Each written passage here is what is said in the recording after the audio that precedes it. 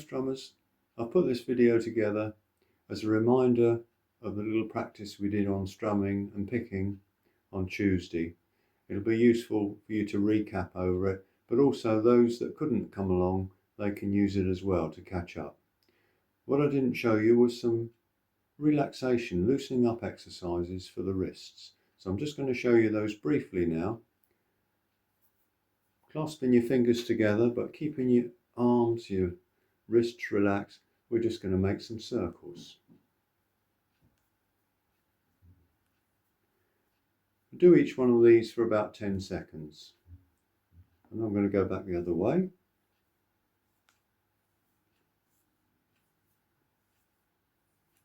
And now some up and down ones. You can see where I'm bending the wrist both ways and then change direction.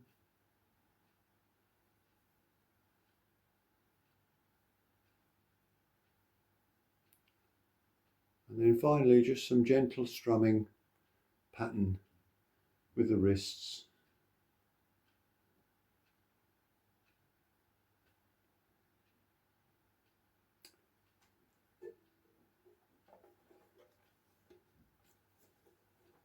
Okay, so I'm going to put my uke on. Now I'm going to sit nice and relaxed, upright, with my elbows tucked in. If I move my strumming hand across, it should be in roughly the position that I need to start strumming, and this hand moving on to the frets. I've not really moved my elbows at all. All I've done is turn my hands in. So this is a good position for me. You need to find the best position for you. The fingers are ending up roughly where the best place is for strumming the instrument, which is roughly halfway between the ends of the string. It can be either way by a little bit, that's fine. And also look where the frets are, because when we start strumming, we'll be strumming in line with those frets, going 90 degrees across the strings. I'm also going to mute it, dampen it a bit, so that I can hear the strumming better. I don't want the notes ringing out. So here we go with some simple down-up strumming to start with. All the things I show you, you can stop the video, practice for a bit longer so you get a nice relaxed feeling with it. Here we go.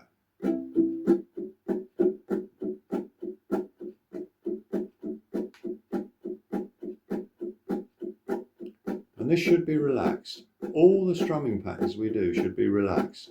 Notice that I'm bending from the wrist, not from the elbow, keeping the wrist stiff. The wrist must be relaxed. The rest of the arm doesn't move hardly at all.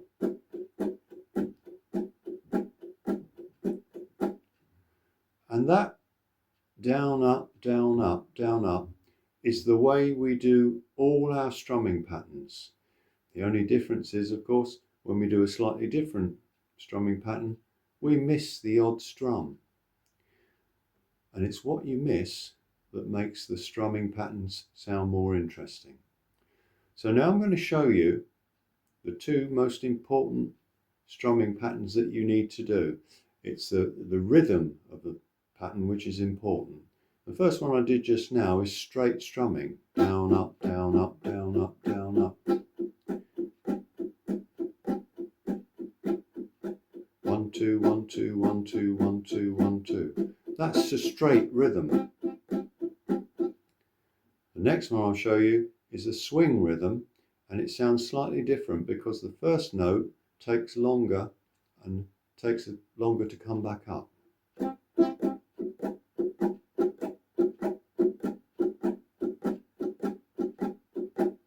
And all our songs are going to be either a straight or a swing rhythm. And we'll go on to that when we try some of the songs a bit later. So let's just try changing it from straight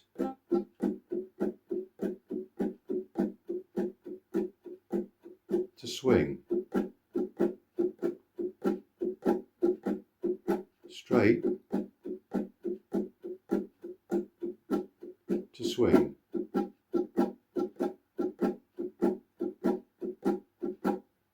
Now hopefully you can get that distinction between the two. That's quite important when we come to some songs. Here's our first song in the book, Back Home Again. Before you play any songs, look at the blue writing. That's important. This tells you the strumming pattern and the count. Here's the strumming pattern here and the count over this side. The strumming pattern is shown two ways.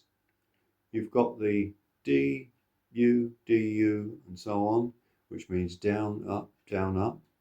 If it's a larger D or a larger U, that means that there's more emphasis on that particular note. Underneath, we've written out how we actually say it. Boom, chicka, rocka, chicka. Boom, chicka, rocka, chicka. This gives you some idea of what it would sound like. And when I say that, the chick is the slightly enhanced sound because of the big D. So it's boom, chicka, rocka, chicka. Boom, chicka, rocka, chicka. On the other side, you've got the count in. This is important because whoever counts you in, they should count you in at the speed that the song is going to continue. So it's important that you get that rhythm. 1, 2, 3, 4. 1, 2, 3, 4. 1, 2, 3, 4. You actually start playing at the same speed as the person has counted in. So we're all playing exactly the same. And it's important to say at this stage that the reason that we put a strumming pattern there is so that we all play the same strumming pattern. I know it's difficult when you start to sing and think about chords, because sometimes we revert back to what I would call our default strumming pattern. And if you do that, someone else who's playing a different pattern can put the others off playing the correct pattern. They might even start following you. So it's important we all try and stick to the same rhythm. Let's have a go at this song.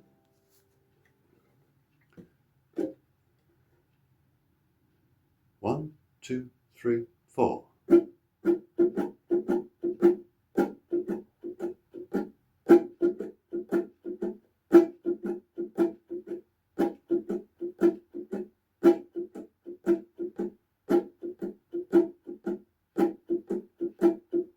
You can probably tell that it's actually a swing rhythm, this particular song.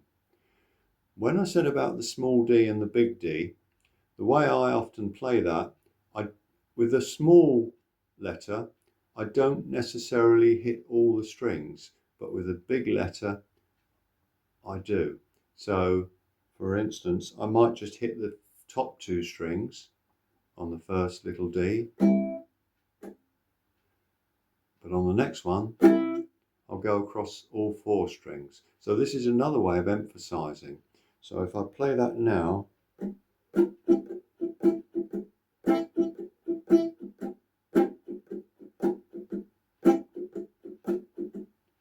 it might sound that I'm playing the big Ds louder, but actually I'm not. I'm just hitting all the strings as opposed to a couple of them. This is another way to make it more interesting.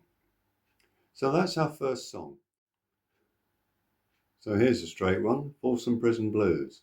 Boom chicka, boom chicka, boom chicka.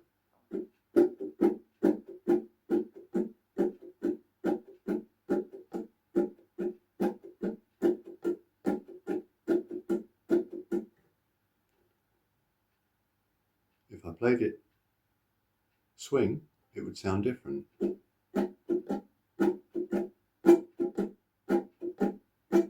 Doesn't sound like the train. Whereas if I play it straight, let's speed it up.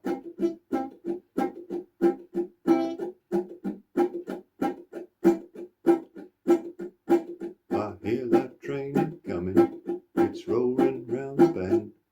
So you can see that's a straight one. Doesn't work if you play it swing.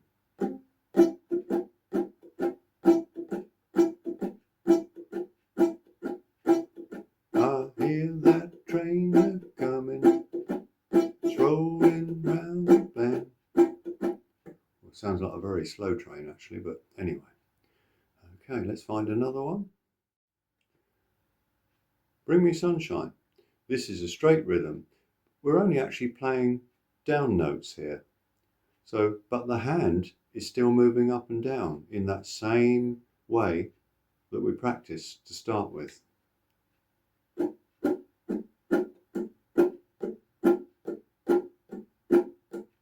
Bring me sunshine, your smile.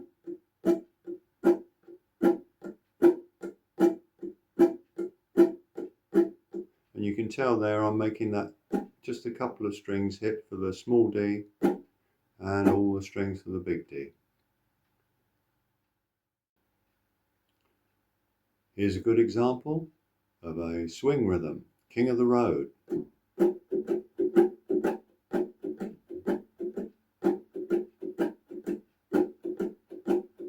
Trailers for sale or rent, rooms to let 50 cents. No phone, no pool, no pets, ain't got no, and so on. So you can tell there is quite a difference between the straight rhythm and the swing rhythm. And if we can crack that, you've cracked everything you really need to know. The rest is just missing out certain ups or downs.